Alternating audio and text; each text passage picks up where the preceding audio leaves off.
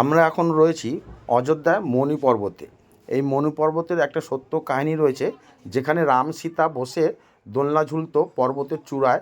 তো এখান থেকে পুরো অযোধ্যা দেখতে পেত, যেটা আমি ভিডিওর মাধ্যমে তুলে ধরে দেখাচ্ছি। সবাই একে একে করে আমরা ওপরে মণি পর্বতে চলে এসেছি। এবার এখান থেকে যখন আমরা যাব হোটেলে, সেখানে একটা বড় কাণ্ড ঘটেছে, সেটা বলছি একটু পরে। এখানে রাম সীতা লক্ষ্মণের পাশে দেখো কালো রঙের মূর্তিটা, সেটা হচ্ছে মণি পর্বত ভগবান, ওই যে, ঠিক আছে। এবার এখান থেকে যখন আমরা বেরিয়ে নিচে নেমে আসছি, এরপরে আমরা সব দিক চারিদিক ঘুরে আমরা হোটেলে যাব। হোটেলে হনুমান ঘটিয়েছে এক কাণ্ড। কী কাণ্ড ঘটিয়েছে? এক ভদ্রলোকের ব্যাগ নিয়ে, তার ব্যাগে যে যত টাকা ছিল সেই টাকাগুলো সব ছাদ থেকে ওড়াচ্ছে।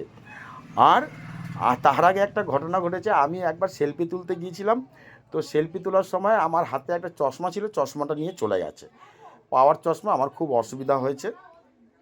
তো আমরা সেই দৃশ্য দেখব। এইখানে হনুমান এই হোটেলের রাস্তায় এখানে রয়েছে, আর এখানে প্রচণ্ড পরিমাণে বানর রয়েছে। তো এই যে ঘটনাটা যে ঘটছে, সেই জায়গাটা আমি তোমাদের কাছে ভিডিওর মাধ্যমে তুলে ধরলাম। দেখো এসব টাকা ওড়াচ্ছে, কারা ওড়াচ্ছে দেখো, রাক্ষস জাত হনুমান, যারা ওখানে অযোধ্যা পাহারা দেয়। দেখো কিভাবে টাকা ওড়াচ্ছে। হায় রে হায়।